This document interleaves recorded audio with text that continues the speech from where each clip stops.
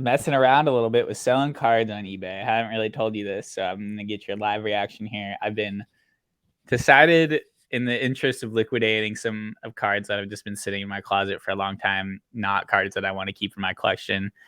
I decided to do some 7-day auctions on eBay with my account, even though I don't have a ton of seller feedback, but this was just purely Tommy being bored, wanting even whatever amount of money these cards get me is good, so I won't be concerned. But we're doing some 7-day auctions just to stir the pot a little bit. Max, what are your thoughts as a seller? We haven't really checked in on Max's eBay selling theories in a little bit, so I feel like that's a good place to start. Yeah, I am definitely a man of controversy, and that doesn't get separated with my philosophies with eBay and eBay selling. I guess first question, what time did you list the items at? What day did he list the items at? And did you think that spending 10 cents to schedule your auction at a certain time is worthwhile? I listed all my auctions at after 5 p.m.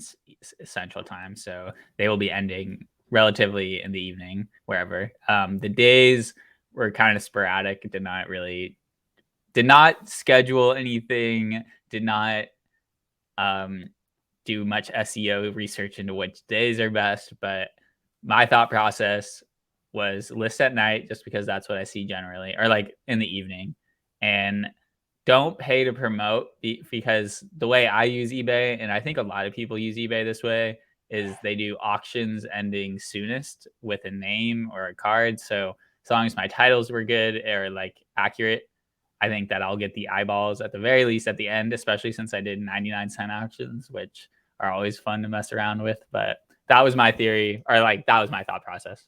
What are your thoughts? My thought process is that I have thoughts on your thought process.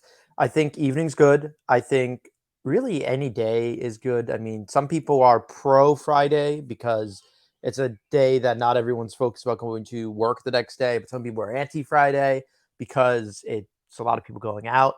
Monday, for whatever reason, and Sunday are like universally accepted strong days. Couldn't tell you why. That's all theory. I do think optimizing titles and good pictures, which I don't mean to chastise you, your pictures aren't good sometimes. And I think that's half the key into making sure that your item at least reaches part of market value. Out of curiosity, what are you doing with the Jordan Spieth green Topps Chrome? Jordan Spieth green is still on eBay 450. Buy it now. My thought process with that card is that I do not mind holding it, because I'm of the opinion that there's a good shot he gets the career Grand Slam, which he would have to win the Masters, or not the Masters. I forget which one. Maybe I don't know why I'm tripping on which one he's missing, but there's like only 5 or 6 guys in the history of golf who won the career Grand Slam. So if he gets that, he just needs one more. That's a very huge thing and would make him a very good long-term hold. And I'm already of the opinion that Spieth is a long-term hold for golf anyway. So that card is not something that I would ever 99-cent auction unless he did win, maybe. But even then, that almost makes it less likely that I sell it. That card is just kind of a fun one to have, honestly. I just like having it up there on my eBay just to make me a little more legitimate, that I'm not only selling like $20 to $30 cards. No, I approve of the card. It's a great card. I think you have a good mindset with the card, especially considering that enjoying it is primary and other ulterior motives are secondary and tertiary. I think with the lower end stuff, there's naturally more volatility, especially the more niche you get. Like if I auction a Tom Brady Topps Chrome Mini 2015 Blue Diamonds parallel, and half of the people that want it aren't looking for an auction of that, and it's not a crazy parallel, but it's still rare, then odds are you're going to end lower than your more recent buy it now or best offer accepted listing. But on the converse, if you're doing Devin Booker Prism PSA 10s, which is my favorite example for every card right now, I it's got gonna a it's gonna end at $200 no matter what, pretty much. yeah, I got an SGA Optic Shock raw that I posted 99-cent auction just because he's had a hot start to the year. That card's probably worth $10 anyway, so it's not that big of a deal. But Really, maybe, I sold a PSA 9 of that for like $65, I think. yeah, that's why I like it could go It's a anywhere nine. between.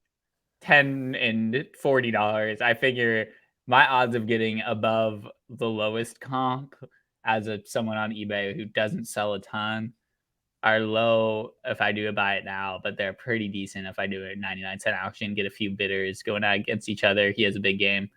I am auctioning like a base Steph rookie card that I am in the know that I will find another one of these in the future when I have a little bit more flexibility with my finances. So I'm just going to auction it off, get as much money as I can get back on it. And I did buy a few cards, so they're more like just continuing to pay off my spending as opposed to trying to make profit, you know? Yes. I will say, incidentally, I had a 2:10 a.m. buy last night from former guest in the pod, Playboy Cards. I was snooping on his eBay. He has his eBay page in his Twitter bio, and I'm just snooping around his page, and I'm like, oh, that's a cool SGA card. That's a cool Shai Gilgeous-Alexander card. I didn't see he posted it on Twitter yet, and I just went into his DMs. I'm like, what's the friends and family price on this for, no fees or anything? And he's like 185, and I'm like, sold. Like, Damn. bought it, transacted, gonna come my way starting Monday. And I just thought that was fun, given that SGA is a fun player, and that, oh, I might as well buy from someone that I know. Yeah. Shout out Max's dog. Shout out SGA. Shout out Ryan, Playboy Cards. He's a great former guest. Make sure to check that episode out if you've only recently started listening. He has a really cool experience in the hobby and does cool stuff. We have such a But strong list of guests. We have such an oh yeah, all-star team of guests.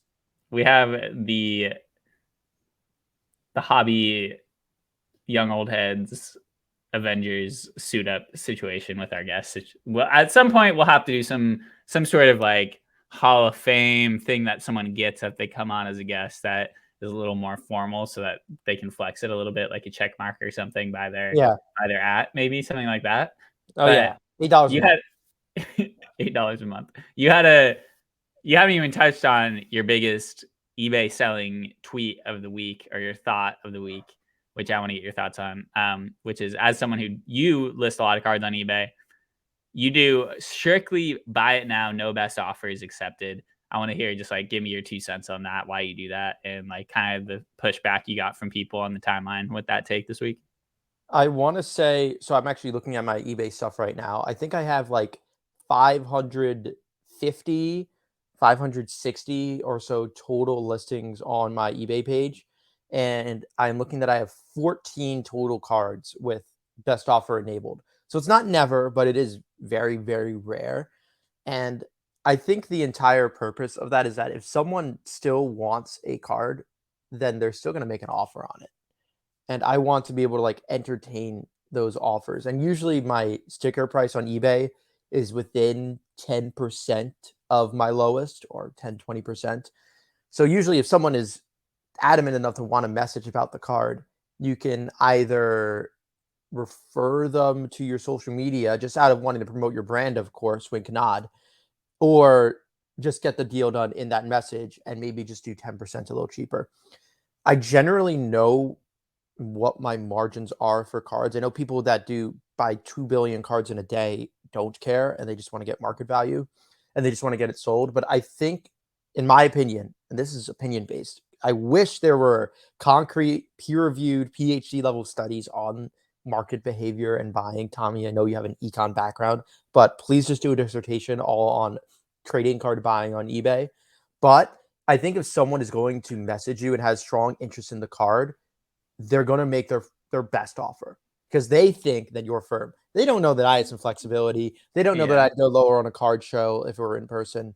It's just, and it's also, I'm within the right to say no as well. It's not like, oh, well, I'm offering 90% of your ask. Why do you even have offers enabled? No, my offers are disabled. Yeah.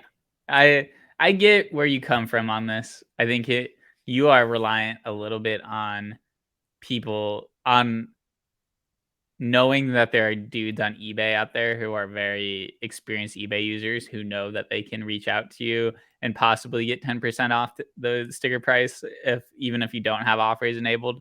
I think Maybe that even that's 20. I don't know. yeah. It's just That's a but number, man. that's eBay buying 201, 301 level, I would say. I don't think that even like the average person. I also think that you, as a buy it now, if someone watches it, you still have the ability to send them an offer if they watch it. Yes. As a buyer, I'm all like, if I, as a buyer, if I see a buy it now of a card that I want, but the price is a little too high, I'm like, I'll watch it. Maybe they'll send me an offer.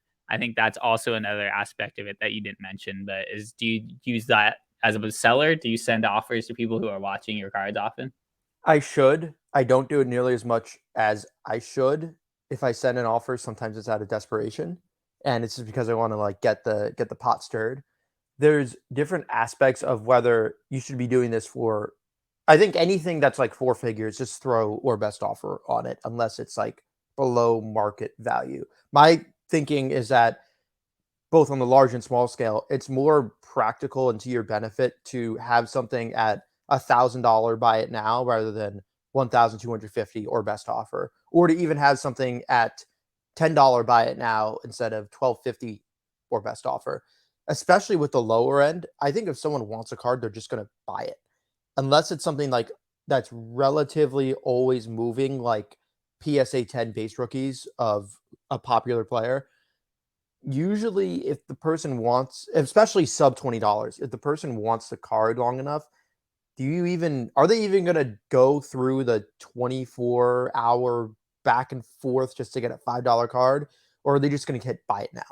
If you present the offer of them getting it cheaper, maybe they won't press buy it now.